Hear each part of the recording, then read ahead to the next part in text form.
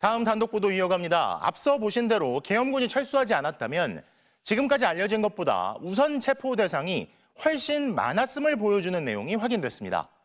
내일 안에 비선으로 지목된 노상원 전 정보사령관의 수첩엔 지금까지 알려지지 않았던 소위 수거 대상과 수집소가 광범위하게 적혀있던 사실이 추가로 드러난 건데요.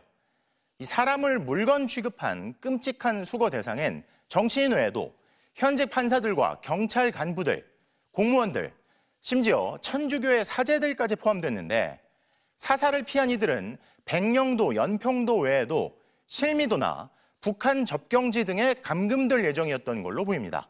먼저 송정훈 기자의 단독 보도입니다.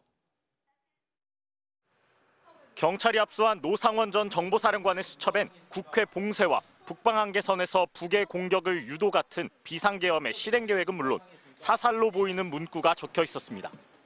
수첩에 누구 사살하라고 썼습니까? 수첩 메모 내용 누구와 상의했습니까? NLL 북한 공고는 어떻게 유도하라고 했습니까? 그런데 이 수첩에 한동훈, 이재명 등 정치인뿐 아니라 종교계와 노동계, 공무원, 심지어 경찰까지 수거 대상으로 지목한 것으로 확인됐습니다. 종교계에선 천주교 정의구현 사제단을 수거, 즉 체포 대상으로 적어뒀는데 개별적인 이름이 아니라 단체 전체를 겨냥한 것으로 파악됐습니다. 노동계에서도 민주노총을 수거 대상이라고 적시했습니다. 윤석열 정부 국정 운영을 비판하고 시국선언 등에 적극적으로 나선 진보 성향 단체들을 노린 것으로 보입니다. 김명수 전 대법원장은 물론 현직 판사들의 이름도 여럿 써 있었는데 노 전 사령관은 수첩에 이들을 콕 집어 좌파 판사라고 적었습니다. 문재인 정부를 뜻하는 것으로 보이는 문대라는 표현도 여러 차례 발견됐고 방송인 김어준 씨 이름도 적혀 있었습니다. 특히 문재인 정부 당시 총경급 이상 경찰 간부들은 물론 청와대에 파견된 행정관급 공무원까지 무더기로 수거 대상으로 표현한 것으로 확인됐습니다. 수첩에는 이른바 수거의 대상자들과 함께 수집소라는 표현도 여러 곳 등장합니다. 백령도와 연평도, 실미도에 이어 오음리와 현리라는 지명이 적혀 있는 것으로 MBC 취재 결과 확인됐습니다.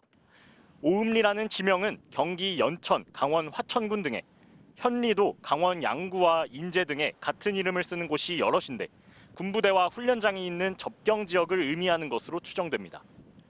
검찰과 경찰은 이들 수집소가 전시 같은 비상 상황에 대비해 군이 운용하는 구금시설일 수 있다고 보고 이 같은 정보를 노 전 사령관에게 누가 제공했는지에 주목하고 있습니다. 내란 중요 임무 종사와 직권남용 권리행사 방해 혐의 등으로 재판에 넘겨진 노 전 사령관은 그러나 수첩에 적힌 단어들에 대한 검찰과 경찰의 수사에 줄곧 진술을 거부했습니다. MBC 뉴스 송정훈입니다.